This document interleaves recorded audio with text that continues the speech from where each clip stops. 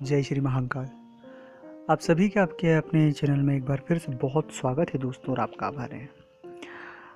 दोस्तों, आपने जो हमें इतना प्यार, इतना सपोर्ट किया, उसके लिए आपका दिल से शुक्रिया। इस वीडियो का जो शीर्षक है आपको सावधान करने का, सावधान खतरा, और बहुत सारी चीज़ें जो हैं उनको आगाह करने के लिए मैं ये सभी बातें आपको बता रहा हूँ। तो इस वीडियो को आप पूरा देखें, चीज़ों को पूरा समझें, बातों को टेक्निकल तौर से समझें, क्योंकि अगर समझेंगे तो बहुत सारी चीज़ें आपकी क्लियर हो जाएगी। दोस्तों, मुद्दा जो यह है कि एक ही वक्त पर, एक ही तारीख पर, एक ही समय जन्मे 4 व्यक्तियों की आपकी राशि की कुंडली का एनालिसिस।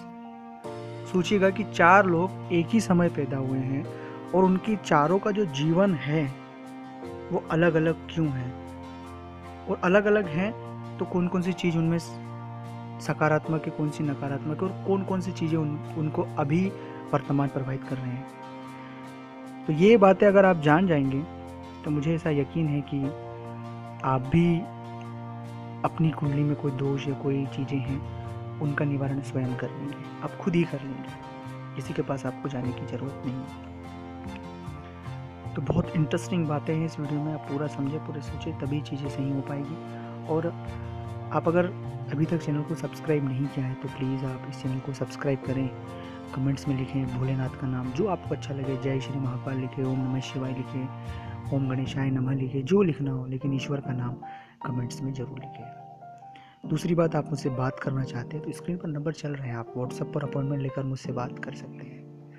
तो बात यहाँ से शुरू होती है कि 4 लोगों ने मैंने बात किया उनसे, कल की बात है ये, और इत्तेफाक की बात, ये संयोग का वश है कि चारों लोगों का जन्म समय एक ही था, जन्म दिनांक एक ही था, और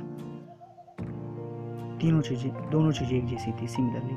पर चारों का जो चार्ट है, जो चारों लोगों का जीवन है, वो बिल्कुल डिफरेंट है, मतलब अलग। एक उसमें आईपीएस अधिकारी, एक किसी अधिकारी की गाड़ी चलाने वाला व्यक्ति था, और एक जो था उसमें से एक व्यापार करता था, सामान्य व्यापार, और जो तीसरा व्यक्ति था वो इनसे उलट जो था, वो कुछ भी नहीं कर, मतलब जीवन में बहुत खराब हालातों से गुजर रहा है। ऐसा क्यों?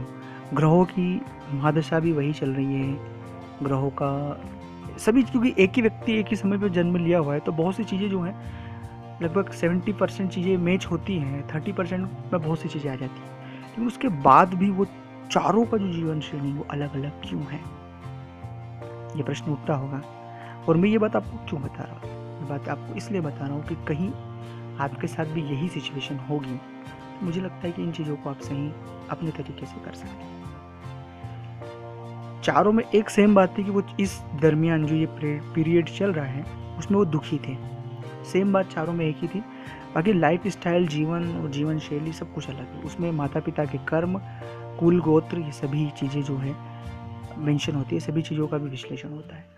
पर जो मेन बात थी, उनमें एक जो अभाव था कि उसमें 3 लोग आस्थावादी थे और एक नास्तिक था, मतलब 3 लोगों को ईश्वर पर पूर्ण यकीन था और वो भक्तिमय थे, और तीसरा जो चौथा व्यक्ति था उसे आस्था और इन पर विश्वास नहीं था, मतलब नास्तिक कह सकते, लेकिन परेशानी में वो यहाँ तक पहुँचा। तो आप समझ गए होंगे ये बात कितनी जरूरी है।